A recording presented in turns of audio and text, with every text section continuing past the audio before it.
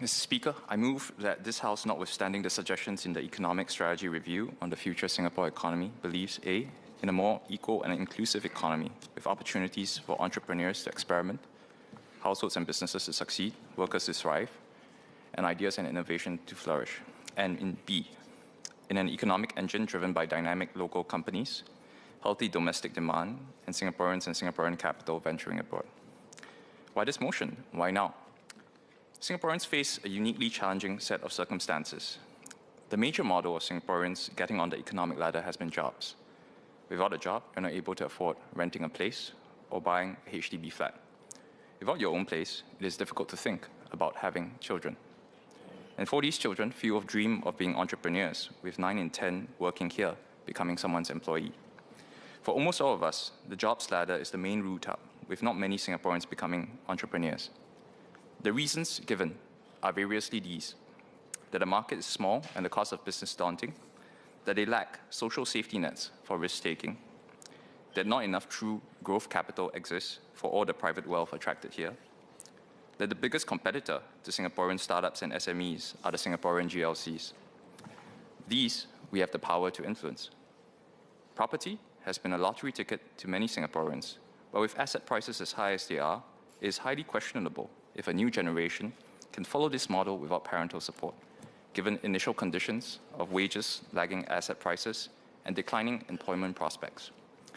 The persistence of property as a wealth vehicle breeds a rentier mindset. One generation's ideology hardens into the next generation's psychology. And as intergenerational transfers come to dominate socioeconomic status, they threaten to entrench inequity. Let me recap why our job structure is threatened, though I suspect this is not news to many. Our job structure rests on being the best place in the region for foreign companies to base themselves. We host many large companies, but build few of them. Singapore has 3 companies in the Fortune Global 500. All 3 are commodity traders. 2 were founded here, 2 were founded elsewhere and moved here. Korea has 13, Taiwan has 6. Theirs make semiconductors and ships. Theirs were built by their own people. Ours came here and can as easily go. At the high value end, tariffs are pulling production home and to friendly countries, reducing the supply of marginal new investment available to Singapore. And less of what moves can be won on tax competition. For an increasing number of R&D and manufacturing jobs, speed of iteration, equipping, and supply are decisive factors. At the cost-sensitive end, high business costs and slow manpower approvals accelerate offshoring to regional centers based in countries like Malaysia and Vietnam. The examples are not unfamiliar to this House. H&M moved its Southeast Asia regional HQ from Singapore to KL. Tiger Beer has been brewed here since 1932. By the end of next year, it will not be. Heineken is winding down brewing at Tuas and moving production to Malaysia and Vietnam, and about 130 jobs go with it. For our younger generation, they face the change playbook. The high-paying entry-level tech jobs that many aspired to have largely dried up. Many entry-level roles have been offshored due to the high cost of business, and capable AI agents and models are set to reduce the need for entry-level hiring. But whatever the cause, it is undeniably hard for a young Singaporean to find a job today. What follows is adaptation, entrepreneurship by necessity rather than by choice, second and third jobs, structural underemployment. In a high-cost economy, the work most likely to stay is work that cannot be done more cheaply somewhere else. The standard answer for advanced economies has been R&D, build what others cannot easily copy, so that firms come here in spite of our costs. But after decades and tens of billions, not one local R&D champion has emerged worth more than $1 billion. Of course, we should continue to invest, but the upshot is that our R&D complex is sadly not ready to be our growth engine. And as individual Chinese provinces and groups thereof become increasingly fiercely competitive ecosystems, every economy will need to reckon with the necessary scale, energy availability, and the cost required to compete. Alone, it is difficult. That is why I believe we must have greater industrial coordination between Southeast Asian countries and engage in transnational industrial policy, as I elaborated in both my maiden speech last September and my adjournment motion this July. These are structural challenges to the industrial underpinning of jobs. I acknowledge the government continues to try to do its best under these circumstances. Investment into Singapore is holding up. EDB committed $14.2 billion of fixed asset investment last year, up from 13.5 the year before and 12.7 the year before that. So 3 years rising. But for it, we get the opposite trend in jobs. In 2023, 20,000 jobs. In 2024, 18,700 jobs. And last year, 15,700 jobs. The value added expected went from $26.7 billion to $23.5 billion to 18. So even on official statistics, the engine of investment to jobs is faltering. Faced with such a panoply of problems, what can and should we hope for? First, we need an updated growth model that cares not only about the headline GDP growth figure, but the structure of growth. If we truly believe this is a changed world, then our policies must change with it. The structure of growth matters, and growth and distribution are not two things to be done in sequence. It's acceptable as an exigency to grow first and then redistribute by vouchers and rebates. But over the medium and long term, we should be building an economy where a fair distribution is produced by the growth itself, rather than repaired afterwards out of the proceeds. Pre-distribution or redistribution. And that's why we need an economic engine driven by dynamic local companies, healthy domestic demand, and Singaporeans and Singaporean capital venturing abroad. Only when Singaporeans thrive and believe the ladders of opportunity are fair to all can this country be open. Second, we need honest measurement and prioritization of what matters from growth. Let me offer 3 North Stars for the distributional aspect of growth. A, the indigenous share of national income, which captures the contribution to national income of Singaporeans as workers, owners, and entrepreneurs. Its internationally comparable cousin is the labor share. How much of what stays in Singapore goes to the people who work here? Ours, at about 40%, lacks most advanced economies. We should resurrect the indigenous income series and measure the whole of what Singaporeans contribute. B, real income growth that keeps pace with productivity, not lag it. Overall, labor productivity has grown by 2.5% per year from 2016 to 2024. But over the same year, real mean income only grew at 1.3% per year. Singaporeans have always been model workers. From 2016 to 2024, according to the ILO, Singapore's output per worker grew 2.3% per year, outstripping major economies such as the US at 1.6%, Israel at 1.6%, Hong Kong at 1.3%, Korea at 1.3%, and Switzerland at 1.1%. We need to repair this lag. Singaporean workers have kept their end of the bargain. Their compensation has not kept up with it. C, whether Singaporeans can still afford the city they built. Not how much we produce, but how much variety ordinary Singaporeans on an ordinary wage can enjoy. Diversity of services available, how much they can afford, and the leisure they can afford to take. The independent kitchen, the second-hand bookstore. We cannot in one breath lose our heritage businesses and our art spaces, and the next tell Singaporeans that the city is thriving. Cities compete on the variety of things there are to consume, not only on what they produce, and higher amenity cities grow faster. So you should measure it, how varied the choices are, and how many choices an ordinary wage can afford. These 3 North Stars point us towards a more equal and inclusive economy with opportunities for entrepreneurs to experiment, households and businesses to succeed, workers to thrive, and ideas and innovation to flourish. Mr. Speaker, the various MPs of the Workers' Party will touch on 8 questions to answer the challenges I've laid out. First, I will discuss innovation under constraint.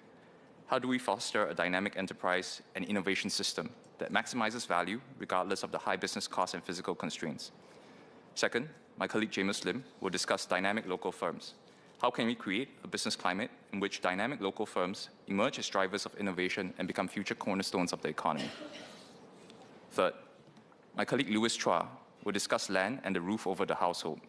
How do we ensure that attractive, affordable housing is available for every Singaporean household?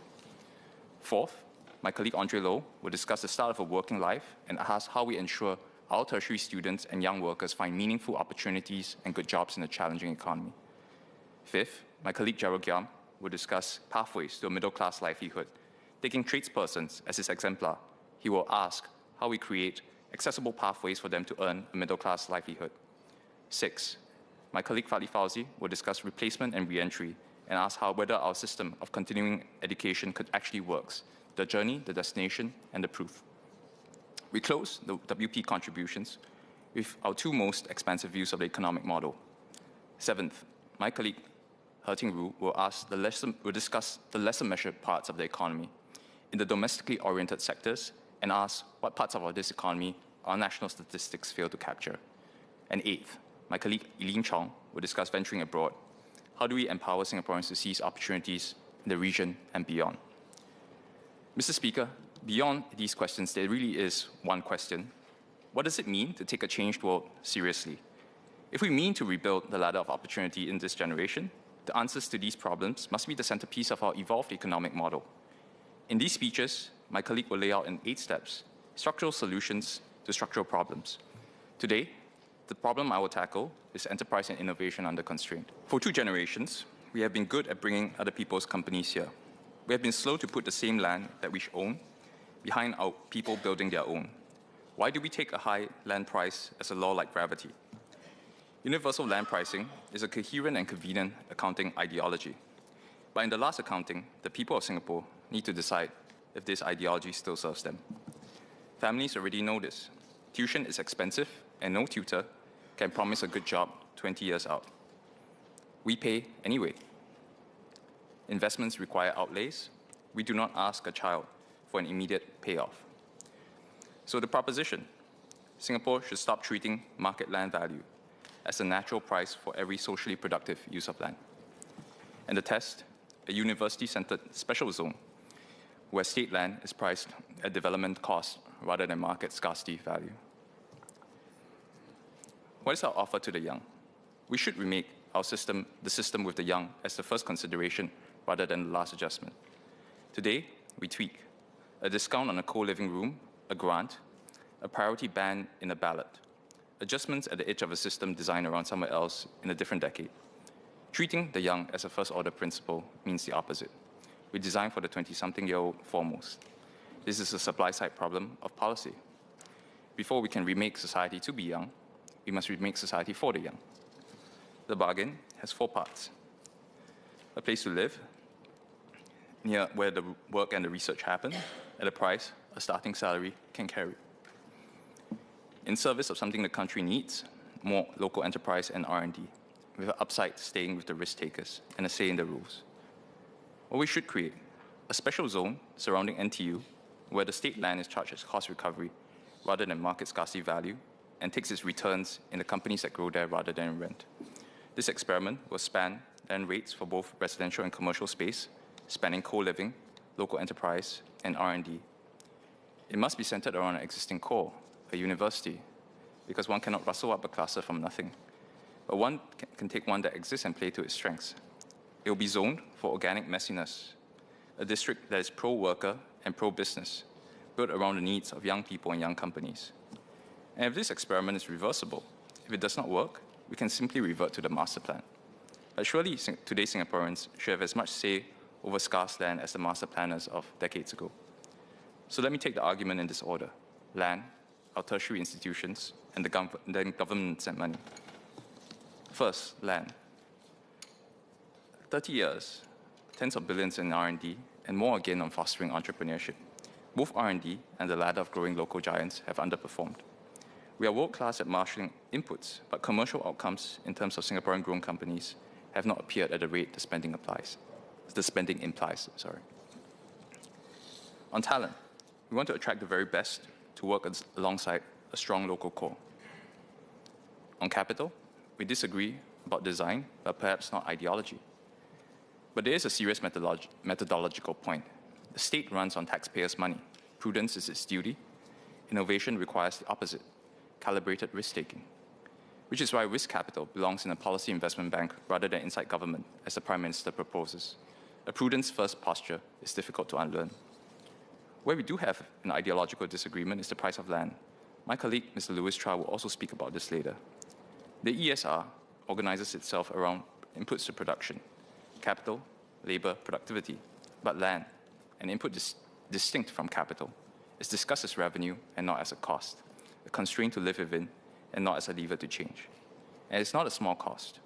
In December 2022, the government put the development cost of that year's 13,506 completed flats at 396,000 each, 234,000 of land against 154,000 of construction. Land was 59% of the cost of a flat. But of course, we can test and change this cost. We have been here before. The Centre for Livable Cities, the government's own urban research arm, records what happened when One North was planned. Quote, "The idea of providing residential users in the form of affordable housing was put forth. However, it was difficult for HDB to change its public housing policies for a single project like One North. Therefore, the JTC approached the private sector." End quote. National policy then could not bend for One North, but it should have. What we need for R&D and entrepreneurship matters more than dogmatic inflexibility. A high price homogenizes. It prices out the independent kitchen and the lab with no revenue yet, and leaves whatever can pay us the rent, chains and franchises. It also programs space. A market scarcity rate selects for what can be proven in advance, and nothing new can be proven in advance. By definition, the novel has no track record. Thus, the experimental messiness of life is competed out. A zone of lower commercial pressure is a zone for messiness, a zone where land is cheap enough for the young to make their own places and their own future organically, the first variable and not an accommodation. If land pricing is an unnecessary drag on the young, on enterprise, or an R&D cluster, how do we test it? There's a formidable constraint. Singaporeans need land prices low to start something, to live somewhere, and we need them high, because many of our savings sit in HDB flats, and the state leans on land revenue. To have both high land pricing and low land pricing simultaneously, we must do away with the constraint of universal land pricing. There are at least three ways to vary a price. First, across time, the island-wide price itself. Second, across a policy-targeted group, as the BTO does for young parents. Third, across a geographic boundary, fence one area and change the pricing function inside in service of agglomeration and enterprise. People and firms pack close enough to make each other more productive. I believe that the third is the least disruptive theory of change, if one believes that our land pricing assumptions need to be tested. And the question becomes where to test such a zone, for the young, for the R&D economy, and for an entrepreneurial spirit. It belongs around our tertiary institutions. And looking at the map, I believe NTU is the obvious candidate. The research cluster is already there. A large number of labs are sited on campus. And unlike NUS, whose Kent Ridge and One North districts have little room left, NTU can still expand. What is planned for Baha and Cleantech Park? 116 hectares adjoining NTU. It is another industrial park. The same answer the party opposite has given again and again. If we are to clear scarce greenery, the use case must be distinctive enough to be worth the sacrifice. I believe ours is, and another industrial park is not. That is something priceless and irreversible, traded for something cookie cutter. Take Punggol Digital District, which is 50 hectares, JTC developed and anchored on SIT's campus. It proves that the government will build a district around a university, but it's more of the same we have done, a business park with a campus in it on market terms. If one accepts the first principle case for a special zone, then two empirical facts must be dealt with. First, the Jurong region line is being dug into NTU, with campus stations arriving at the end of the decade. Tengah's flats are rising beside it. Kept as separate plans, they make one more park that people commute into. The Jurong Innovation District, 620 hectares, hosts in Baha the next Greenfield precinct, already zoned with the EIA underway. The better bargain is a district for living, working, and playing, and for enterprise. And this new district around NTU would be our last chance to run this sort of experiment. Whatever we settle on this parcel becomes how we price the ground beside every campus after it. Second, the Johor Zone Agreement was signed in January 2025. It is an experiment we must try to make succeed. But for all our hopes on foreign economic policy, it sits in another country and carries the risk that comes with that. We can and should run these experiments for ourselves, by ourselves, if we can, and we can. If we want to reorient our culture towards the spirit of independent living, towards the spirit of risk-taking, towards the spirit of collaboration, then we must provide the conditions for this spirit to flourish. We should not be distracted by procedural arguments that Bahar and Jurong are already zoned in a master plan. The experiment can be run as things stand. The question is whether we will. So, NTU as the center of a live, work, build district, distinguished by charging land for housing at cost recovery.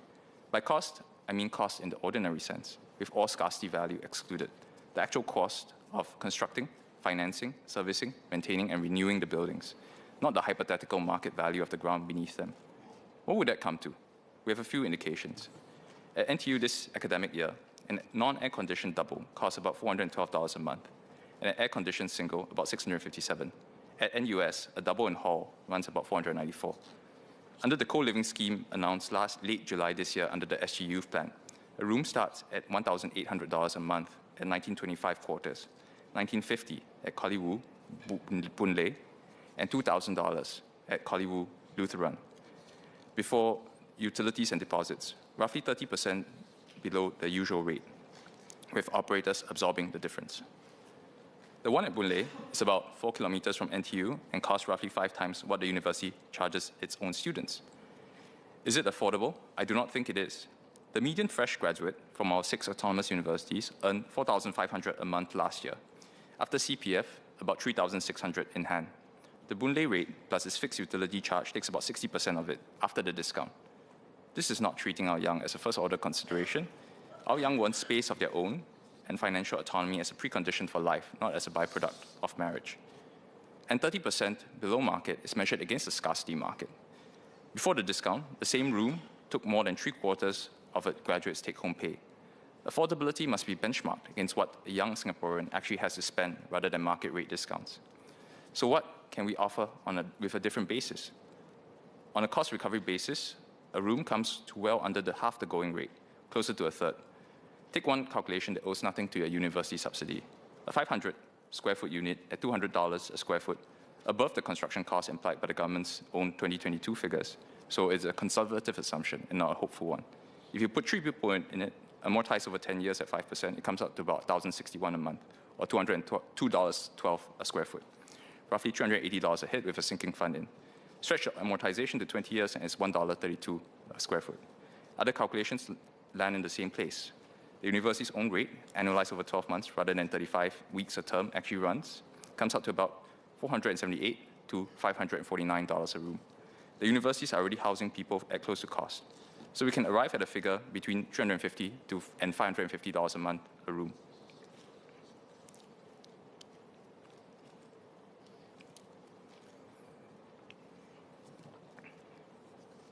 I know the reply this will draw. All state land forms part of the reserves. Land must be sold at fair market value, otherwise the reserves are depleted. So let us look at practice and not just theory. Start with an instrument we have already written. The Land Betterment Charge Concessionary Relief Order 2022 waives the betterment charge on state leased university land put to education and institutional use, and defines university as the National University of Singapore and Nanyang Technological University. So concessions already exist for the university. Nor is that the only place the state prices by decision. Land for a place of worship or a civic and community institution is already valued at half of full land value. On the land betterment charge table effective this March, this is about 1/10 of what residential land in the same sector is assessed at. That rate line is not only for rates of worship, places of worship. Educational and institutional use sits in the same group and is charged at 3 rates across the whole island, while every residential and commercial rate moves across 118 sectors. For one class of use, the state already sets a price by decision rather than location. And in 2023, the government moved places of worship from competitive tender to fixed price ballot, precisely because bidding had driven prices to levels that distracted religious bodies into fundraising. Prices fell. Apparently, nobody raided the reserves. What can we surmise? For the party opposite, fair market value is already a function of the interest granted. It is not a single number attached to a plot. Once you change the use class, the fair market value changes with it lawfully, with the chief valuer still doing the valuing. The government identified a market mechanism, was pricing a use out of its own purpose, replaced it with an administered price, got a lower number, and the chief valuer still called it fair market value. So let's use the rules as they are. Let's create a use category for non-tradable, restricted tenure, mixed housing and enterprise land and let the chief valuer value that restricted interest. A clear valuation to build productive capacity for the next generation is not a raid on the reserves. It is the outlay side of an investment. It is what every family who pays for tuition for better economic prospects for their kids already knows. It is long-term economic foresight over short-term economic thinking. How would the zone work if demand exceeds supply? We could ballot. Once in, the rent stays low once you are part of the zone, studying, working, building, or serving it. Leaving is built in. A firm gets a fixed term and an option to renew, then graduates out upon success. And a person who loses a job and startup dies gets a years of grace before the rent resets. And if the housing is rented, never sold, it doesn't become an asset to be traded.